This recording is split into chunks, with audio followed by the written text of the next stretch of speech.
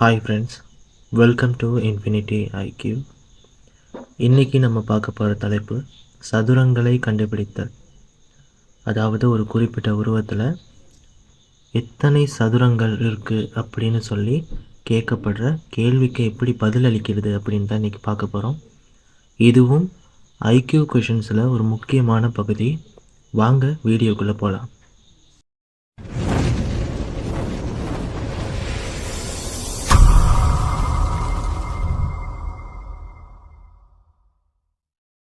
சதுரங்களை கண்டுபிடித்தல் மெயினாக 2 டைப்ஸ் இதில் இருக்குது. அந்த மெயின் 2 டைப்ஸ் தாண்டி ஸ்பெஷலாக இன்னொரு டைப் இருக்குது. அதை டைப் 3ன்னு சொல்லுவோம். அந்த டைப் 3யை நம்ம விளங்கிக்கிறதுக்கு முன்னுக்கு டைப் 1ஐயும் டைப் 2ஐயும் நல்லா அண்டர்ஸ்டாண்ட் பண்ணிக்கணும். அதை இப்போ நம்ம செய்யலாம். டைப் 1ன்னு சொல்கிறது என்னென்னா, ஒரு உருவத்தை கொடுத்துட்டு அந்த உருவத்தில் எத்தனை சதுரங்கள் இருக்குது அப்படின்னு கேட்கும்போது அவங்க கொடுக்குற உருவம் ரோவ்ஸாலையும் கொலம்ஸாலையும் உருவாக்கப்பட்டிருக்கும். அதாவது நிறைகளாலையும் நிரல்களாலையும் உருவாக்கப்பட்ட ஒரு உருவமாக இருக்கும். உதாரணத்துக்கு இந்த உருவத்தை எடுத்துக்கலாம். இந்த உருவத்தில் பார்த்திங்கன்னா 4 ரோவ்ஸும் 4 கொலம்ஸும் இருக்குது. 4 கொலம்ஸும் 4 ரோவ்ஸும் இருக்குது. ஓகேவா? நம்ம பண்ணி காட்டியிருக்கோம். அப்போ இதுக்கும் இந்த ஏ தர ஏ அப்படின்னு சொல்கிறதுக்கும் ஒரு சம்மந்தம் இருக்குது. ஏ தர ஏ, அதாவது இந்த ஏக்கும் எந்த வித்தியாசமும் கிடையாது, ரெண்டுமே சேம் தான்.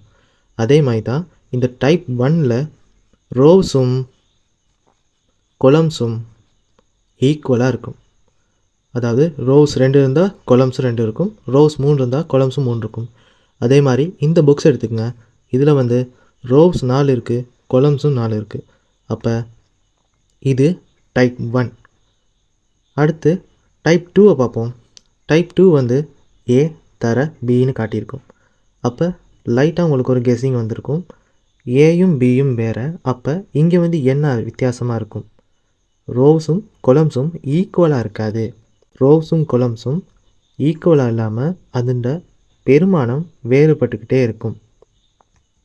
உதாரணத்துக்கு இந்த உருவத்தை எடுத்துக்கிட்டிங்கன்னா, இந்த உருவத்தில் 5 கொலம்ஸும் 4 ரோவ்ஸும் இருக்குது. ஓகேவா? இதுதான் இந்த ஃபைண்டிங் ஸ்கொயர்ஸில் உள்ள பேசிக். அதாவது நம்ம ஃபர்ஸ்ட் அவங்க கொடுக்குற கேள்வியை நல்லா அண்டர்ஸ்டாண்ட் பண்ணிக்கணும். அது டைப் 1ஆ டைப் 2ஆன்னு. அதுக்கப்புறமா அந்த கேள்வியை செய்ய ஆரம்பிக்கணும். டைப் 1ஓட ரூல் என்னென்னா, ரோவ்ஸும் கொலம்ஸும் ஈக்குவலாக இருக்கணும். இதுலேயும் ரோவ்ஸ் 2ம் கொலம்ஸ் 2ம் இருக்குது. ஸோ இது டைப் 1 சார்ந்த ஒரு உருவம். இப்படி ஒரு உருவத்தில் எத்தனை சதுரங்கள் இருக்குது அப்படின்னு சொல்லி கண்டுபிடிக்கிறதுக்கு நமக்கு ஃபர்ஸ்ட் இந்த உருவத்தில் உள்ள ரோவ்ஸ் அப்புறமா கொலம்ஸை நம்ப பண்ணிக்கணும் இந்த மாதிரி. அதுக்கப்புறமா சேம் நம்பர்ஸை ஒன்றோட ஒன்று பெருக்கணும். அது எப்படின்னா, 1ஓட 1 பெருக்கணும், 2ஓட 2 பெருக்கணும், இந்த மாதிரி. அப்படி 1ஓட 1 பெருக்கி வார வெளிவையும் 2ஓட 2 பெருக்கி வார வெளிவையும் 1ஓட 1 கூட்டணும், இந்த மாதிரி. ஸோ இதை நம்ம இன்னும் ஈஸியாக எப்படி ஒரு ஈக்குவேஷனாக பில்ட் பண்ணிக்கிறதுனா, 1ஓட 1 பெருக்கிறத 1 ஸ்கொயர்னும் 2ஓட 2 பெருக்கிறத 2 ஸ்கொயர்னு எழுதிக்கலாம், இந்த மாதிரி. அதுக்கப்புறமா ஸ்கொயர் வேல்யூவை எழுதிக்கணும். 1ஓட ஸ்கொயர் வேல்யூ 1 தான், 2ஓட ஸ்கொயர் வேல்யூ 4. ஸோ இப்படி நமக்கு கிடைச்சிருக்க வேல்யூஸை கூட்டணும். கூட்டி கிடைக்கிற வேல்யூ இந்த உருவத்தில் இருக்க மொத்த சதுரங்கள்ட்டு எண்ணிக்கையாக இருக்கும். இங்கே நமக்கு 5 கிடச்சிருக்கு. அப்போ இந்த உருவத்தில் 5 சதுரங்கள் இருக்குது அப்படின்னு சொல்லி நம்மளோட ஷார்ட்கட் நமக்கு சொல்லுது. செக் பண்ணி பார்த்துடலாமா? ஓகே, இந்த உருவத்தை நல்லா பாருங்கள். இந்த உருவம் 4 சதுரங்களை கொண்டு இருக்குது. நமக்கு தெரியாமல் இது ஒரு முழு சதுரமாக இங்கே இருக்குது. அப்போ முழுசாக பெரிய ஒரு சதுரமும் அதுக்குள்ளே 4 சின்ன சதுரங்களும் இருக்குது. அப்போ மொத்தமாக கூட்டினா 5 இருக்குது. அப்போ நம்மளோட ஷார்ட்கட் சொன்ன வழியும் நம்ம கூட்டி பார்த்த வழியும் ஒன்று தான். நெக்ஸ்ட் ஒரு எக்ஸாம்பிள் பார்க்கலாம். இதுவும் டைப் 1 சேர்ந்த ஒரு உருவம் தான். ரோவ்ஸ் 4ம் கொலம்ஸ் 4ம் இருக்குது. ஸோ இது டைப் 1. ஓகே, இது டைப் 1ன்னு சொல்லி நம்ம ஐடென்டிஃபை பண்ண பிறகு இந்த ரோஸ்க்கும் கொலம்ஸ்க்கும் நம்ம நம்பர்ஸ் பண்ணணும். ஓகே, நம்பர் பண்ண பிறகு சேம் நம்பரை அதே நம்பரோட பெருக்கணும். இந்த மாதிரி நமக்கு ஒரு ஈக்குவேஷன் கிடைக்கும். இதை வந்து நம்ம சிம்பிளாக எழுதிக்கிறதுக்கு மேலே பார்த்தோம், அதே மாதிரி சிம்பிளாக எழுதிக்கலாம். அதுக்கப்புறமா இந்த இலக்கங்களோட ஸ்கொயர் வேல்யூஸை நம்ம எழுதிக்கணும். ஸ்கொயர் வேல்யூஸ் கிடைச்சோன்னே அதை மொத்தமாக டோட்டல் பண்ணால் நமக்கு ஒரு வேல்யூ கிடைக்கும்.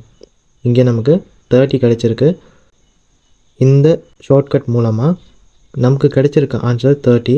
அப்போ இந்த உருவத்தில் நமக்கு மொத்தமாக 30 ஸ்கொயர்ஸ் இருக்குது, 30 சதுரங்கள் இருக்குது.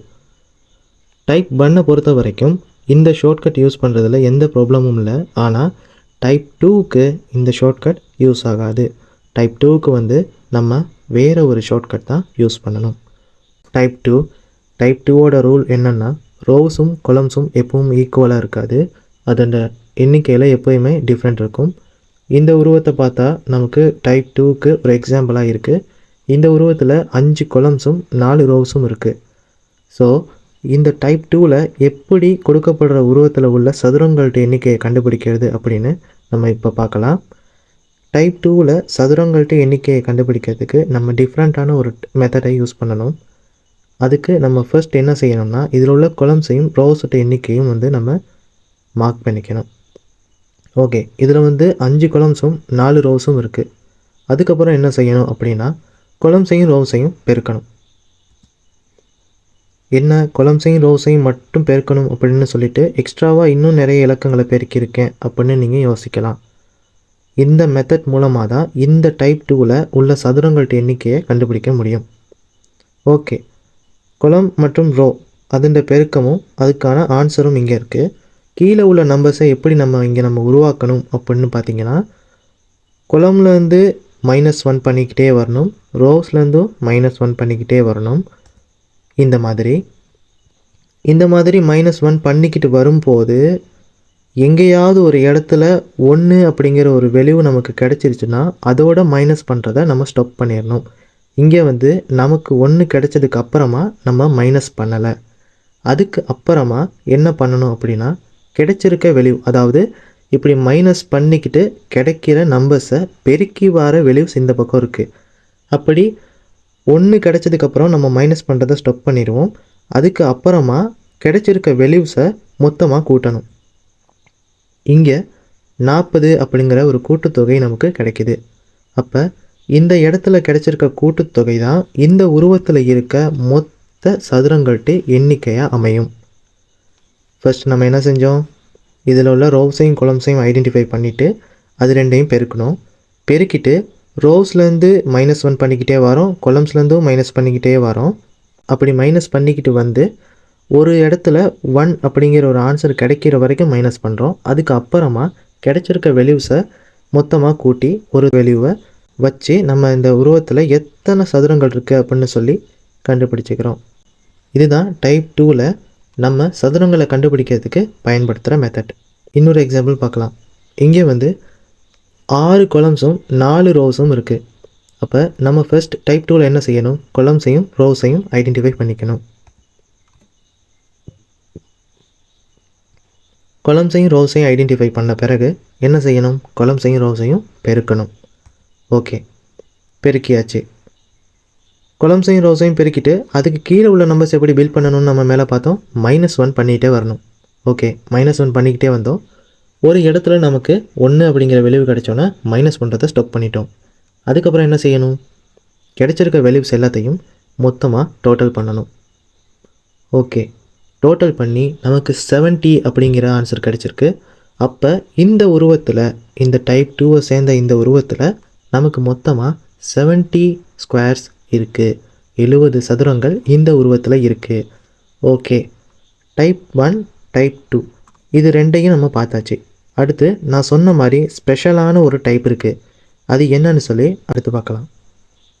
டைப் 3னா டைப் 1ஓடையும் டைப் 2ஓடையும் மிக்சிங்காக இருக்கும். அதாவது டைப் 1ல் நம்ம யூஸ் பண்ண ஐடியாஸையும் டைப் 2ல் நம்ம யூஸ் பண்ண ஐடியாஸையும் சேர்த்து வச்சு யூஸ் பண்ண வேண்டிய ஒரு இடமா இருக்குது.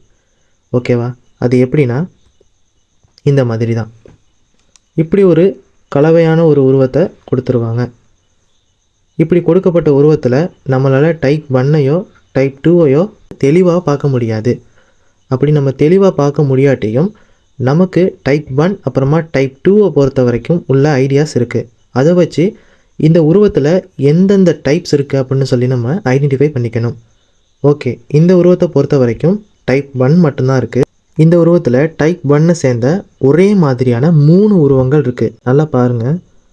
நம்ம டைப் 1ல் ஃபர்ஸ்ட் பார்த்த உருவம், அதாவது 4 சதுரங்களை கொண்ட ஒரு உருவம் ஞாபகம் இருக்கா?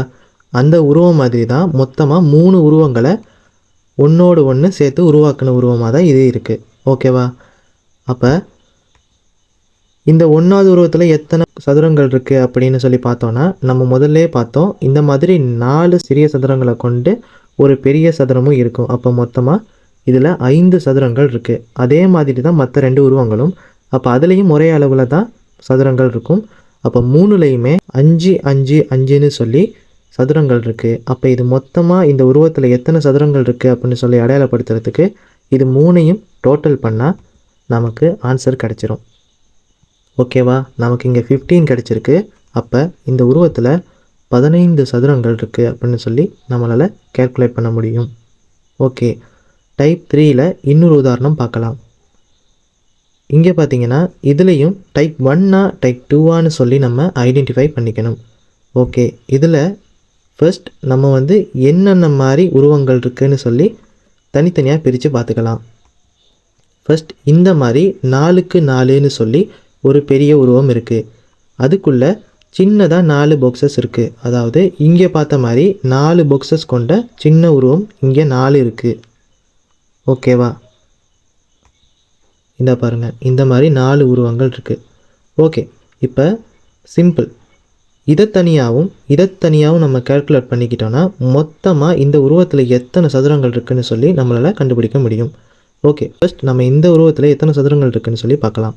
இந்த உருவத்தில் டைப் 1ல் எப்படி நம்ம சதுரங்களை கண்டுபிடிச்சோமோ அதே மெத்தடை யூஸ் பண்ணி கண்டுபிடிக்கணும். அந்த மெத்தடை யூஸ் பண்ணால் இந்த உருவத்தில் 30 சதுரங்கள் இருக்குதுன்னு சொல்லி நமக்கு ஆன்சர் கிடைக்கிது. அதுக்கப்புறமா பார்த்திங்கன்னா மேலேயும் பார்த்தோம், இந்த உருவத்தில் 5 சதுரங்கள் தான் இருக்குது. அப்போ மொத்தமாக இதை கூட்டிடணும். ஒரு முறையான அமைப்பில் நான் உங்களுக்கு இதை கண்டுபிடிச்சி காட்டியிருக்கேன் பாருங்கள்.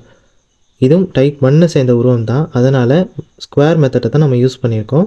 அதை கிடைக்கிற விளைவை நம்ம 4ஆல் மல்டிஃபை பண்ணியிருக்கோம். அப்போ லாஸ்ட்டாக கிடைச்சிருக்க அவுட்புட் நமக்கு 20. அடுத்து நம்ம என்ன செய்யணும்? ஃபஸ்ட்டு சொன்ன மாதிரி இந்த உருவங்களில் தனித்தனியாக எண்ணிக்கையை கண்டுபிடிச்சி அதை மொத்தமாக கூட்டி விட்டுட்டா நமக்கு இந்த உருவத்தில் எத்தனை சதுரங்கள் இருக்குதுன்னு சொல்லி ஆன்சர் கிடச்சிரும். ஓகே, அந்த வேலையை நம்ம பார்க்கலாம். 30ஐயும் 20ஐயும் கூட்டினா 50 கிடைக்கும். அப்போ நமக்கு இந்த உருவத்தில் 50 சதுரங்கள் இருக்குது அப்படின்னு சொல்லி ஆன்சர் கிடச்சிருக்கு. ஓகே, டைப் 3ஐ பொறுத்த வரைக்கும் டைப் 1ஓடையும் டைப் 2ஓடையும் பூரணமான அறிவு இருந்துச்சுன்னா டைப் 3ல் வர எல்லா விதமான கேள்விகளுக்கும் பதிலளிக்க முடியும்.